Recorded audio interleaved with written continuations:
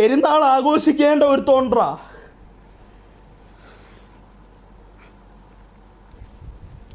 ഇവിടെ പെരുന്നാൾ ആഘോഷിക്കേണ്ട ഒരു തോണ്ട്. അവൻ പെരുന്നാളിന് നാട്ടിൽ പോവാതെ അവൻ്റെ ഉപ്പേനും ഉമ്മേനും കാണാതെ ഇവിടെ കിടക്കുകയാണ് താഴെ. നിങ്ങളാദ്യം അത് മനസ്സിലാക്കുക. മനസ്സിലായ? അവൻ ഇവിടെ കിടക്കുകയാണ്, പെരുന്നാളിന് അവൻ ഇവിടെ കിടക്കുകയാണ്. എന്തായാലും ഞാൻ ഇവിടെ കാണും, അവൻ്റെ കൂടെ തന്നെ ഞാൻ കാണും. മനസ്സിലായ? ഇവിടെ ഉണ്ടവൻ.